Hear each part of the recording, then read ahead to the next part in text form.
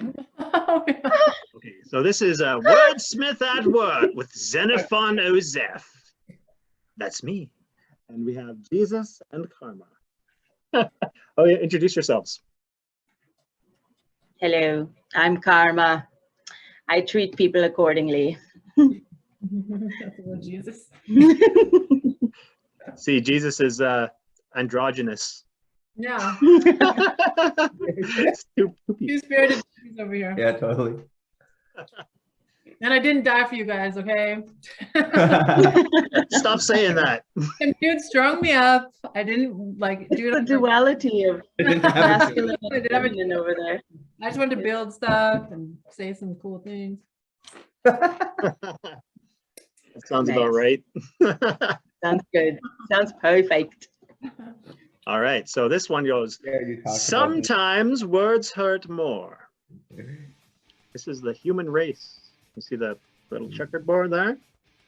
So first we're going to go through some etymologies just to show you a little bit here what these words actually mean. And so we have hue, and the original meaning for the word hue actually meant skin complexion, not color like we like to think.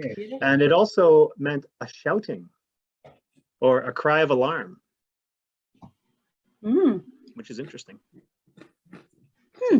This is a orange, kind of like a orange Pantone thing. So you see orange has brown in it because a lot of people don't know that brown is a shade of dark orange. Ooh. So you can't have brown light.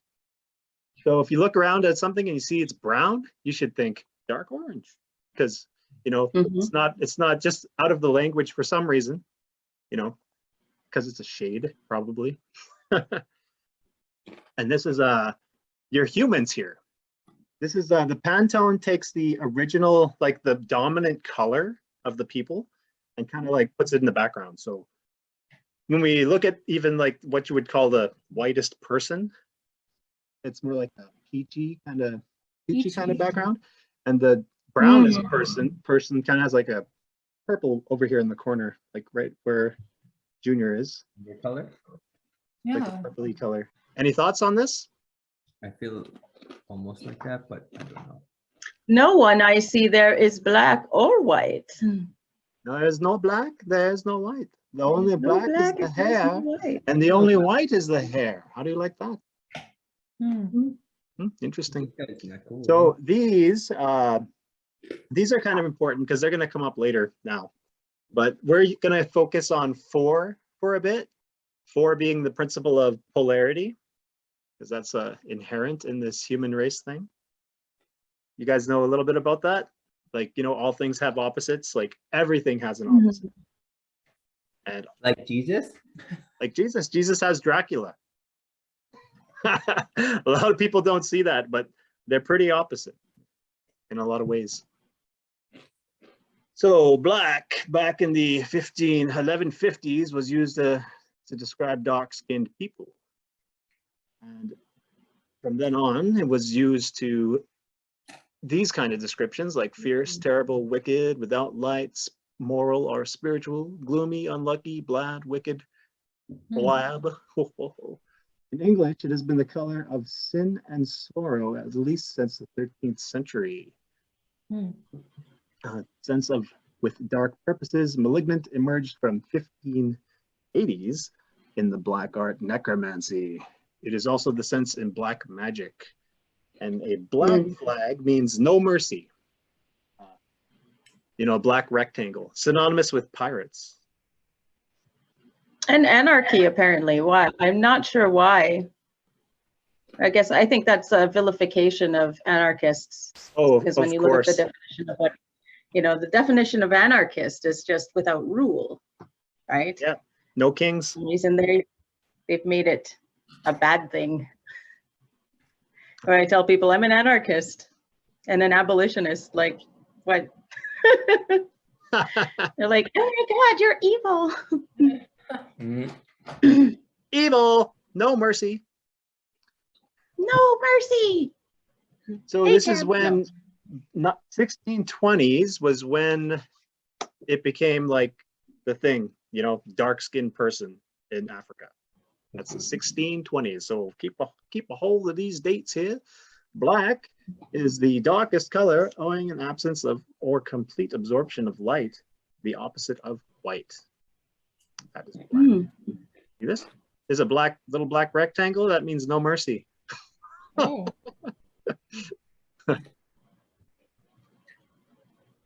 White. White is bright, radiant, clear, fair, to shine, meaning morally pure as a name. And it became synonymous with race, complexion in the 16th century. That's 1500. In the 16th century. Wow, that's not even that old.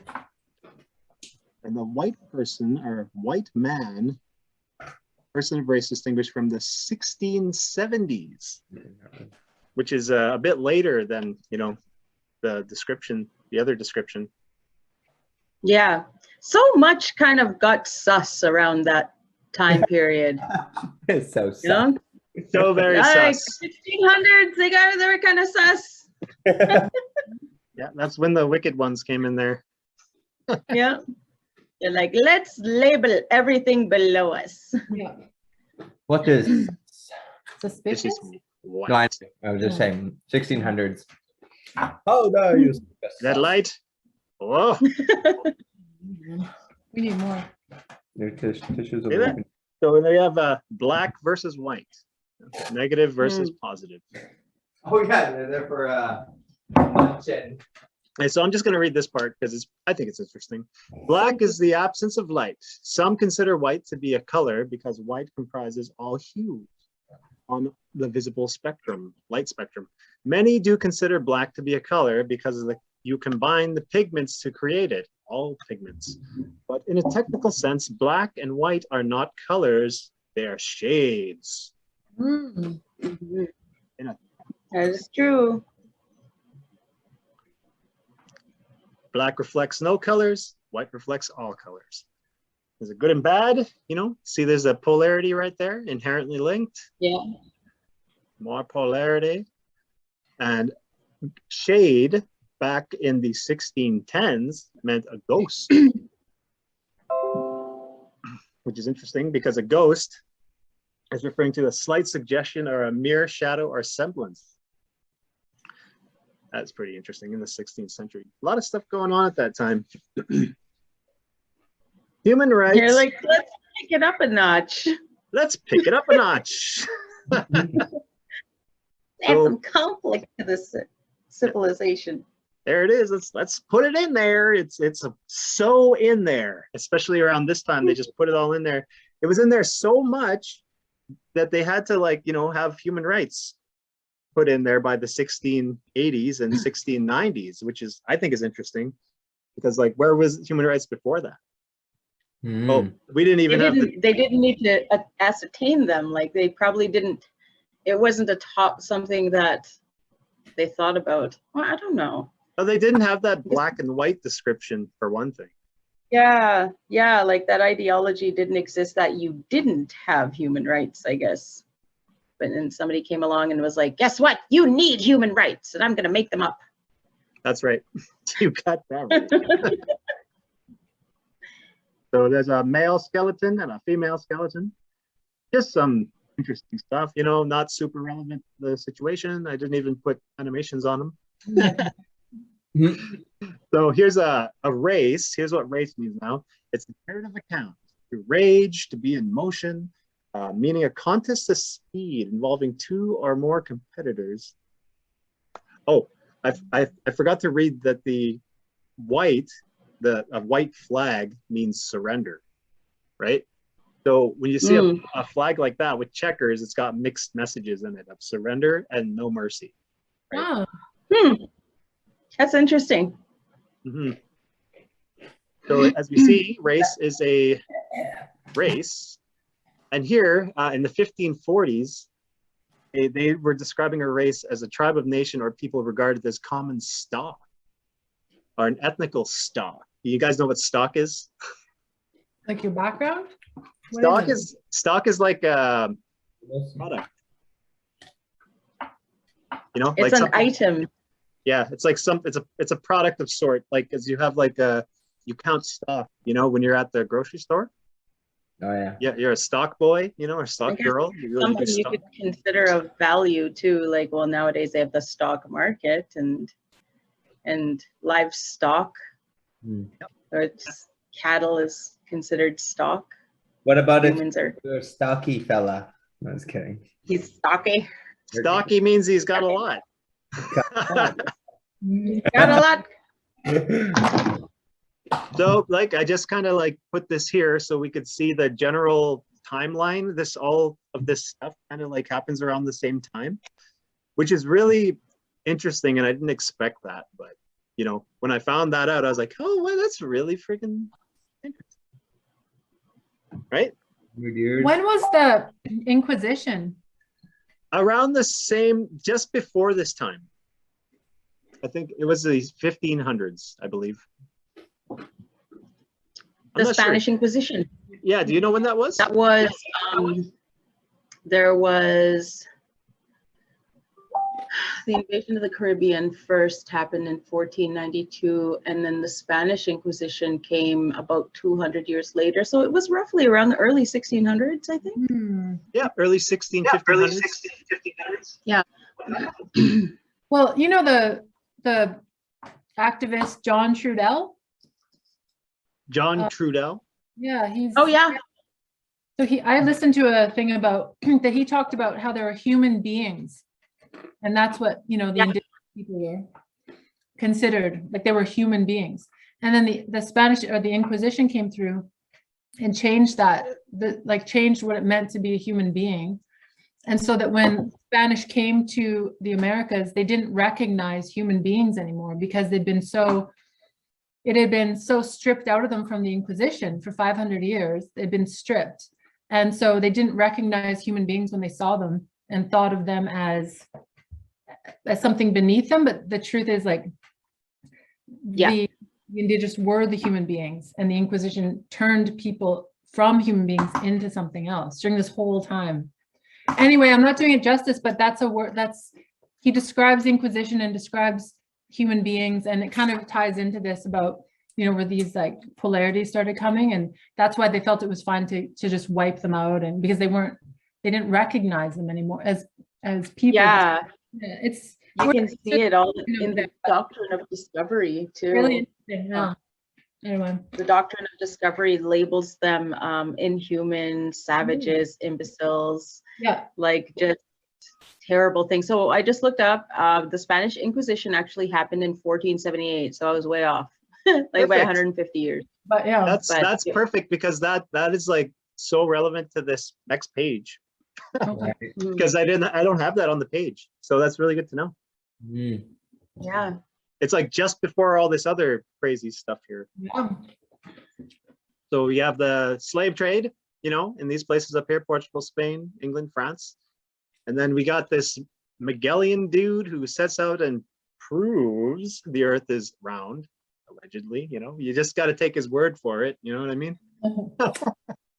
I'm not saying that it's not round, but I'm saying like this guy doing that thing there, you know, you got to take his word for it, right? It's just how it is. You gotta take his word for it. During this time, this is part 2 now, where we're gonna go to that time and see all the stuff that was going on and pick it apart. We had Mr. Henry the starting the mentally ill hospital for mentally ill, sometimes referring to nonconformists. We had Mary 1, Bloody Mary, the time of execution for nonconformists, which you know, what was it? I learned recently that Protestant people, you know, back then they were against the Catholic people, and the Catholic people, we'll get into that at the time, but that's kind of like a lot of those people were executed, but also a lot of free thinkers were executed. Oh yeah, the Reformation, the Protestant. Yeah. Yeah. I just recently watched the whole movie on this Martin Luther dude. Mm. Yeah, Yeah. Very interesting. And then we have Elizabeth I ruling period, well, with William Shakespeare, and William Shakespeare created over 1,700 words, which is interesting. Wow. You know, we're kind of like using words to discover what's going on. And 1640s, we got the new calendar by Mr. Gregory. And the 16 and 1700s, we had the scientific revolution. Talk about that heliocentric stuff, and we'll get into that. Renaissance was also happening at this time. And we had the monarchy, monarch, which is from the government, which is the supreme power. It's kind of like what they're trying to do again here in a way. Yeah. Take a look at these guys. Clowns. No. Mr. Fancy Pants. Oh, Fancy Pants McGee over here. Fancy Pants, guys. Tight. It's King Fancy Pants and his son. His only son. Yes. What do they look underneath? So during these Fancy Pants guys, these guys dressing up like this, telling people what to do, invented this thing called they didn't, I don't say they invented it, but they really got it kicked off and going during this time. Mr. Henry over here, he started the hospital for mentally ill. It became infamous for the brutal and ill treatment of its patients. Yeah, you could go in there and watch. Wow. Man. This is your part. This is what Vicky's expertise right here. Yeah, I took all this stuff and I put it. Mental illness in the Dark Ages and the Middle Ages was like I probably some of the most disturbing things that I came across while doing research about peoples with disabilities, mental illnesses, free thinkers back then. I guess what we would call free thinkers today, they were not lunatics or heretics or what else did they have? Some amazing names for them. There's quite a few. I actually had them on the other slide. I think we have them on here. We have down at the bottom there. Oh, okay. Vagabonds, madmen, incurables, prostitutes, widows, criminals, and idiots. Idiots. Idiots. Yeah, it says here they even had idiot cages. Yeah. The idiot cages that they would have in town squares where they would have the opportunity to poke them and torture them, laugh at them, ridicule them. And it could be somebody who's just, left her husband, and that would be crazy. Normalize that. Considered crazy. In the medieval movies we play, it's like, oh, they're just poking people in cages with sticks and laughing and throwing rocks, like, oh, it's just normal. No big deal. Yeah. Yeah, it was normal back then. It's like, yikes. Anything else? Mm-mm. Okay. We shall move to Bloody Mary, 1553 to 1558. She burnt a lot of people. And a lot of the people that she burnt were Protestants. And as I've looked into it, Protestants were the kind of people that, they didn't believe in the outward authority and having to do things by duty and stuff like that. And anyone was allowed to be a preacher. And it was all about inner authority, right? And recognizing the God within and stuff like that, which is actually pretty cool, Yeah, you didn't need to. You didn't need to go. Pretty much makes us Protestants. Yeah. I was raised Lutheran, so I know. I had to do the catechism and learn about, the beginning of Lutheranism and all that. That's cool. I just watched a movie on Lutheranism there, Lutheran, the guy, Luther King himself, Martin Luther, that guy. Yeah. And it said, he said at the end of his video, he's like, don't call yourselves Lutheranisms, just call yourselves Christians or whatever. Right. He's like, yeah, right. It's because we're all reading the same book or whatever. We all have the same inner thing going on. Yeah. Yeah, it's cool. There's a bunch of clowns.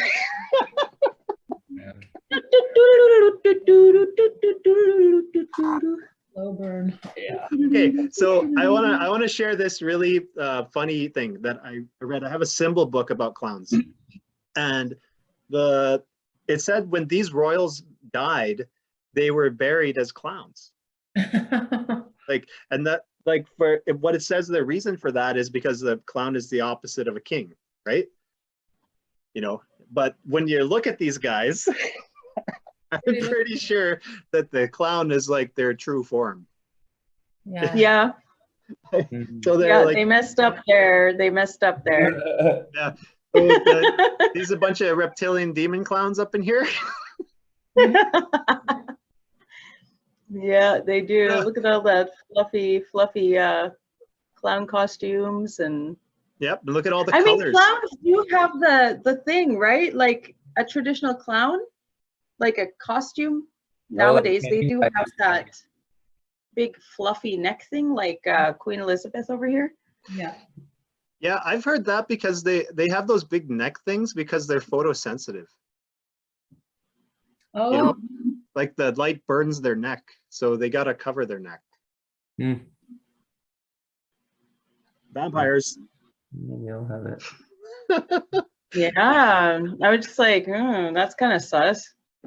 Maybe You know, they I were- read that video you watched today, Vic. The one there's one thing he said, like really important to doing the revolution and all that stuff. Employ humor and to have fun with it. So you know what?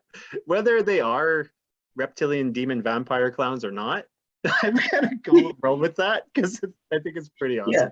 yeah. Yeah. I think it's the most accurate too. Yeah. Reptilian demon vampire clowns. Yeah. So these people were referring to us as black and white, right? And they're all these colorful beings, and like so they kind of like made us call each other that and made us subhuman and them like superhuman, like more human than human, in the light of like how they're dressing and stuff. This King Louis thing over here, he ruled for like 72 years in France, and he called himself the sun god. Or the Sun King. That's why I shared this picture over here, because I just thought that was interesting that they were still doing that back then. Wow. And that is directly taken from Egypt, the sun god Ra, probably. The sun god was a very significant symbol in ancient Egypt. And I'm almost wondering, did they take their technology, their storyline, their power, their gold, and rebrand it? You gotta wonder. These guys had some real fucking things. So we're gonna focus on this guy. So with the Queen passing away, the Mr. Prince Charles there, he would be the third. If he takes that name, because apparently they get to pick their title once they become the ruler. Huh. I didn't know that. Yeah. He should pick something really ridiculous. Like Charles. Like Prince Krusty. Krusty, Prince, yeah. Prince Krusty Part 3. Or Baby Eater Part 3 or something. Krusty 3. Chucky 3. Chucky! That's perfect. So this part gets a little crazy because a lot of stuff happened during this like 1600s. The Royal Society was funded to bring together leading scientific minds of the day and become an international network for practical and philosophical investigations of the physical world. Today, it's the world of the oldest national scientific academy. So in brackets here, I said, science becomes centralized, only authorized science would be accepted as truth. So dogma is born in the scientific realm. This Boyle, Robert Boyle here, what did he do? He rejected alchemy and transmutation, and he started this thing. He started describing things in particles as opposed to elements, and of Aristotelian and Paracelsian, which is Aristotelian is air, earth, fire, and water, and the other one is salt, sulfur, and mercury. And we'll learn a little bit about what these things are. So this guy, Paracelsianism, Paracelsus was his name. And I'm just gonna summarize what it says here. All things are poison and nothing is without poison. The dosages alone make it so a thing is not poison. the dose makes the poison, which is really interesting. And he also used stars, like, you know, the stars based off of your birth time, because the energies relate to you specifically, and he would make judgment calls off of this. I also learned something really funny about this guy today. He came up with the idea of a homunculus. Do you guys know what that is? No. Yes, I watched a guy over about 6 months grow one on YouTube. Really? In his videos, yeah, like he actually made one. He was injecting his own sperm into an egg, and he made a thing. Yeah. And it was alive. Yeah, so this guy came up with that idea. And when I heard about the idea, I thought, because like he never actually showed one, he just like got a bunch of people doing it. So I was wondering if he was fucking with people, but like you're sharing that with me, I'm like, okay, yeah, that's interesting. He did it. Freaking stuff. Crazy, yeah. Who knows what? Yeah, who knows what he did, how he did it. Yeah, there's a process. This guy came up with it. So that's really interesting. So these are like your basic alchemical tables, you know, just kind of sharing that, because that's the kind of stuff this guy was into. And these were the I kind saw of this. I saw a poster of this on this one online. I was gonna order. Yeah. These are the kind of like charts they did for individuals. Like this is you in relation to all the stars and stuff. Like crazy, right? Like that's just really cool. And this is kind of like just a little diagram of like the body parts that relate to the stars, and you know, it's just a really good diagram. I just figured it should be here. And the Aristotelianism was characterized by deductive logic and analytic inductive method in the study of nature and natural law. And it's 4 causes. It's focused on purpose, teleology, and an emphasis on virtue and ethics. That's kind of more like us, you know? Yeah. Which is really awesome. That's what these scientific guys replaced. Is this kind of thinking. It honestly makes the most sense. I mean, ethics being a base for science, that should be number 1, you know? Yeah. And purpose. Like trying to understand the whys. Yeah, the whys right there. The whys. The whys. Answers the why question. Yeah. Interesting. Yeah, super neat.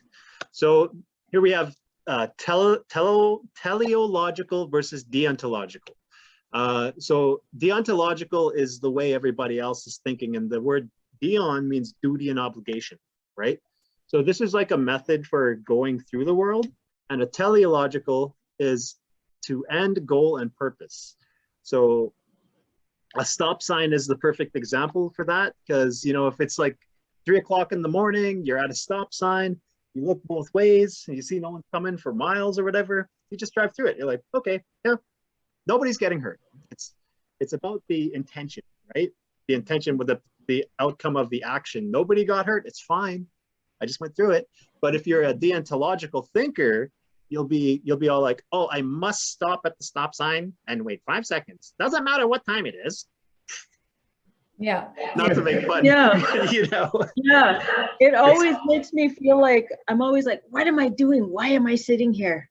Why am I doing this? Red light. This doesn't even make sense. The valley, the junction. Yeah. Like, Yeah. Yeah, lights are the perfect example too, because it's like, okay, I'm here, I'm waiting, because there's a couple of reasons, because I might get a ticket, or I might take a picture of me. You will, like, Yeah. you know, like. Yeah, there's the pictures now. That is true. The stupid radar and Yeah. It's true. Yeah. So like if they can't get you through duty and obligation, they'll get you through fear. Right? And and inconvenience as well. Yeah, that's what's happening now. So we're on the teleological side, all of us, I would assume, because, you know, we're here watching this, and so far there have been no major objections. I object. Yeah. Object. Okay. So it says that these deontological ethics came from this guy, Immanuel Kant, and it means actions that obey these rules are ethical, while actions that do not are not. So, you know, like if you don't wear a mask in the store, you're bad. You know, you ain't social distancing, you're bad. You know. We went to a coffee shop today in Castlegar, and she went in to see if they would accept without a mask, and they said no. So then we both went in, and I said, "Can I get a coffee without a mask?" And the guy says, "No." I was like, "Oh, right." He said if you stand outside, you can't get one in here, and we're the only people in this place.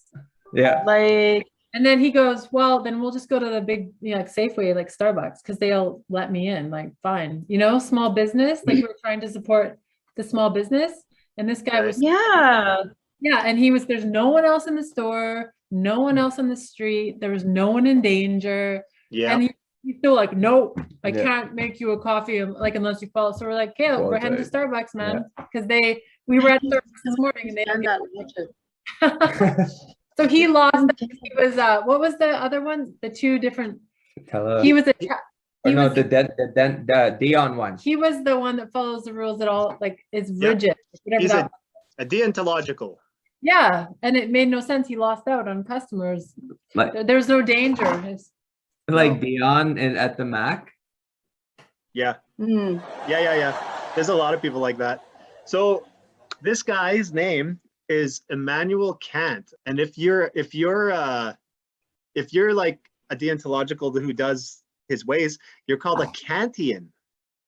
You're like, nope, can't do that. Is there a type of cancer that's called Kantian? Like a cantuous tumor?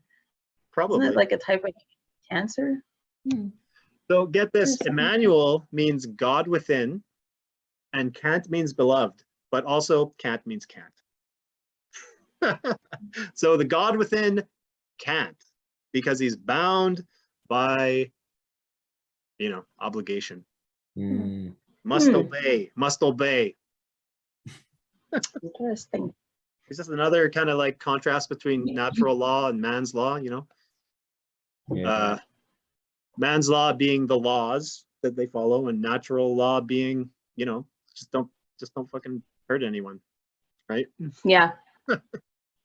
Pretty simple. Harmonized. Yeah. So this is alchemy. Talk about alchemy because that's what more stuff that got replaced at that time, and they've referred to it as proto-scientific. And I was like, okay, what is that? Proto-scientific was before there was a scientific method. So, you know, these are just the steps of alchemy here. You know, it's a little like, just like kind of like your fermentation process and stuff like that. But you do that with yourself. Kind of interesting. Super interesting. But the scientific method, the reason why I took this, because like everyone like thinks the scientific method means experimenting and getting the same thing over and over again, which it does. But on top of the pyramid is validation. So that means that scientific method has to go through the panel of experts before it gets considered to be real or not real. So it's like a dictatorial thing. Does that make sense? And it doesn't, yeah, that doesn't guarantee that it's going to be coming like from unbiased scientists either, or like people, you know, like they're all going to agree. If there's no opposition, there's like, it's, of course it's going to be validated. Yeah, there's so many examples of people finding like mud fossils, and they try to get them into academia, right? And academia just doesn't even look properly. They're just like go with their assumptions, and they don't look at the thing that he's showing because it doesn't match with everything that's in the book. Pretty dogmatic. Yeah, it is. So with the seven nomadic principles, I think these are super important. because like without these principles, I wouldn't have been able to understand what I'm doing here. You know, what I'm seeing. Super. And like they're the oldest principles that we have, said to be coming back from the 1st century. The number one is most important. It says all is mind and the universe is mental. So that means like your subjective control and subjective standpoint is super important.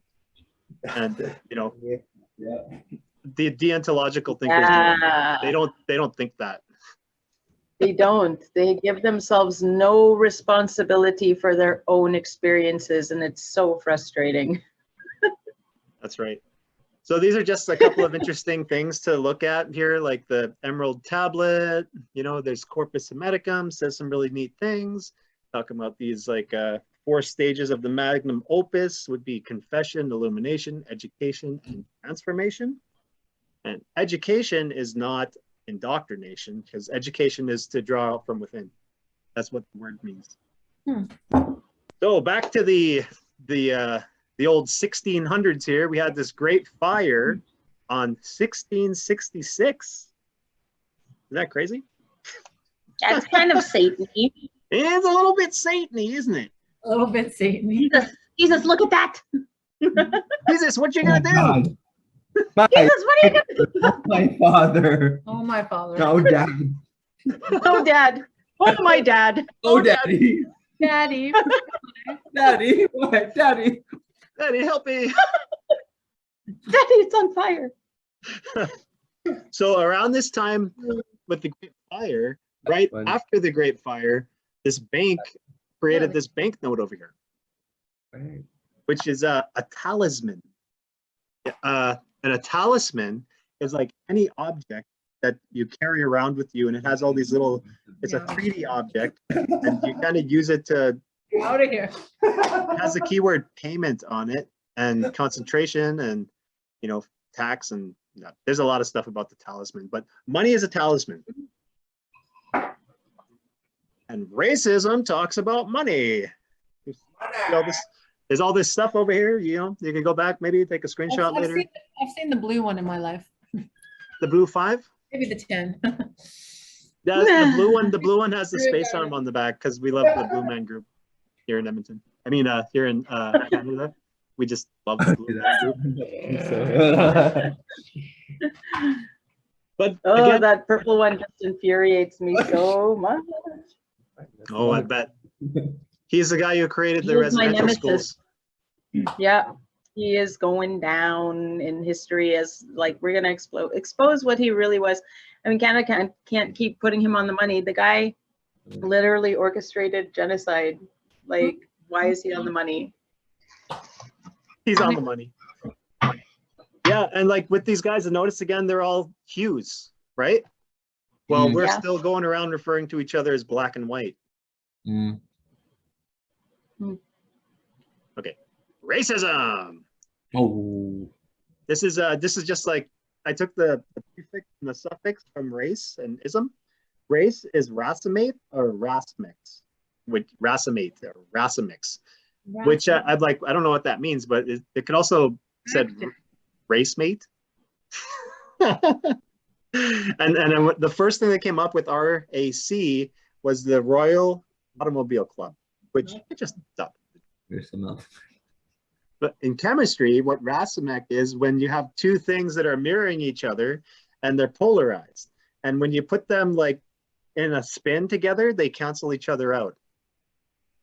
Which is interesting because those guys brought in this, they were working on a chemistry kind of basis, right? Like they brought in this idea of chemistry and they have this racemix thing. That's interesting. So what do you think when people are like mixing race, like when they mix, like we're all mixed? Do we cancel racism? We kind of do. We kind of do, yeah, because we're not really seeing that. I don't think we see that way so much. You know, we're kind of like a blend. We're a blending. We blend. So this part, I like this part. This part's really neat. Because I've been looking into the calendar so much, And so I like, okay, what is this calendar about? Came around the same fucking time as all this other stuff that I'm looking into. And I had no idea, but there it is. It fits. And Gregory, this Gregorian calendar from the 1600s, Gregory means watchful, and calendar means like the day of debts, you know, because like every time you turn the page, it's new debt. Oh my goodness. You know, his hand gesture is Masonic. Did you ever notice that in that painting? That's a Masonic hand gesture. Oh yeah, yeah. The fingers there, The little split fingers. So this is how the calendar is black and white, because it goes odd, even, odd, even, Not your one. odd, even, Your founder starts. odd, even, odd, even, One I gave you. odd, even. See it? Oh, it's odd and even though. Oh. Ma, not even. It is even. It's odd even. Not even. Yeah, it's not even. It's odd even. Your butt cheeks. Your butt cheeks. So you see the squares there? So you got the square. Square means normal. When people say normal, they mean square. You know, like a carpenter square, because that's the same, has the same meaning. And if you follow the rules, you know, you follow the rules, a meter stick is a rule. You know what I'm saying? Yes. Yeah, follow those rules. You're trying to be back to normal, being square. So the first lodge of the Freemasons was back in the 1500s, which is interesting. There's the King's Court and all that stuff. They always had checkerboard floors, and that's the human race. But I added a little bit more here for the end, because we have a bonus feature. Oh, it's about this how this is my belief, and kind of like makes a lot of sense to me, is how the heliocentric model contributes to deontological thinking. You see all these guys here? These guys are all came up with the heliocentric model, right? And they all have this and squares everywhere. Oh, yeah. Having a good time. We have one of those in Nelson now, in the Freemason. I've seen it by the subway. Don Baker. Yeah, we have one here too. Okay. Oh, I thought you So this Copernicus guy was there, and his ideas got accepted, widely accepted by the 1640s. I'm the Freemason. And funnily enough, the word indoctrination comes from 1640s. Did you guys know that? Was that? The word indoctrination comes from the 1640s. It's like this heliocentric model. And indoctrination means to give people a set of beliefs where they'll accept them uncritically. So like they won't think about them. They just have to accept them, right? Huh?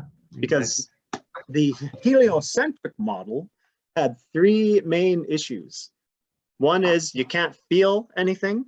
The other thing was this thing called parallax. So if this planet is moving from one side of the sun to the other, the stars should be changing, but they don't. And the third one was the geocentric model is far more philosophically attractive than the heliocentric model, since in the former model, the Earth occupies a privileged position in the universe. The center, right? And then there's this gravity word. Gravity means heavy, right? This has a privileged position. Yeah, being in the middle, you know, like Yeah, you're the boss. Oh yeah, privileged position. Right? Privilege. So gravity, also the root word for gravity here is grawir, which pertains to aggravate and aggravation. So, you know, this same people who created the theory of gravity had to go with this sphere, right? And gravity is not necessary if you know about density and buoyancy, because that works just fine. You don't need this. But when you say it's a law, you're introducing a bit of heaviness and aggravation to the society as a whole. It's kind of interesting. So Mr. Aristotle here believed in a geocentric universe, and that everything was spheres except for the planet itself. And you can see in the middle, for the Earth there in the middle, it's just like terrain, right? That's the first thing I noticed is like, oh, it's terrain, which is kind of like, he's not saying it's a shape. he's just like has this circle around it, and it's like his point of view. So that kind of means that it can be anything, really, logically speaking. So I also have these this two here. This is like the model for alchemy and becoming pure self. But if you notice, this kind of goes with this. Like they took this and they kind of switched it around. So down here on the left-hand side, can you guys see the king with the sun behind his head? Oh yeah. Right Yeah. around here. So he's with a lion, and he's a king, and he's hanging out. This is the conscious mind. So he's hanging out. He's got a shield. He's chilling. He's got his scepter. He's all good. Got the lion conquered the beast, right? But over here, blindfolded. Oh. And like he's got his hand up like, yeah, don't see it.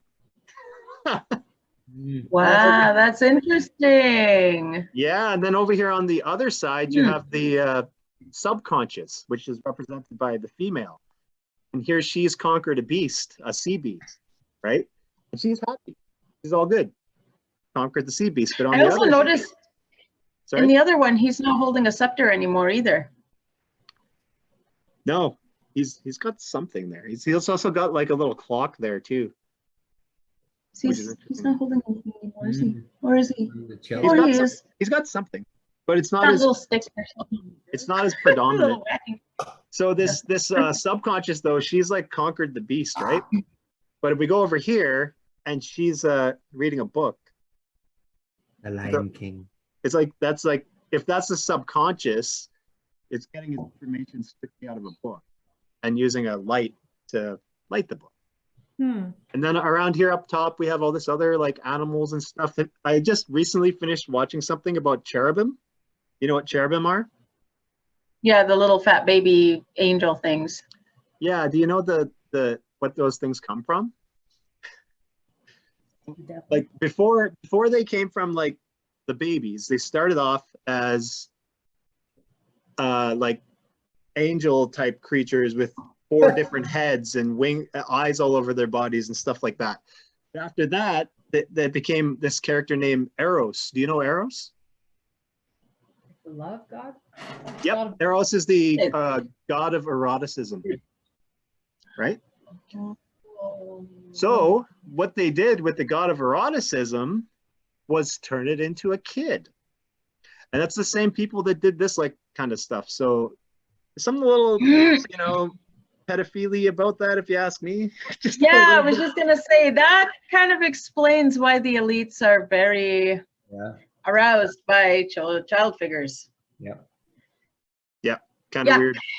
Yep. So it kind of ruins that a little bit. Yep. So like the thing about these people is they want to give you their mind, right? There's like, oh, the current, but you never see it. The spins, but you never feel it. Space, but you never go to it. There's a force, but you can't measure it. Yep. And then there's all this right here. This is kind of like has all the pictures of alchemy. I just figure it's good for your mind. So like I share it there. You can look at it, really good. And these are really important too. This has been a public service announcement. Have a lovely day. Yeah. Yeah. Good